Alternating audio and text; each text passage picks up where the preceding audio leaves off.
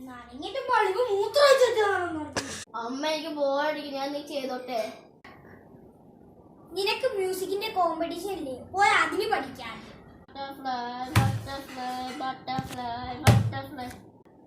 നിനക്ക് ലോകത്തില് വേറെ ഒരു പാട്ടും കിട്ടി, ഈ പാട്ട് മാത്രം കിട്ടൂ. അപ്പൊ നിനക്കല്ലേ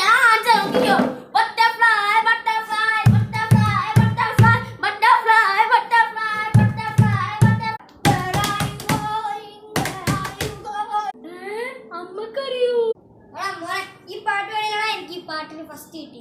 അമ്മ നമുക്ക് പൊളിക്കാം.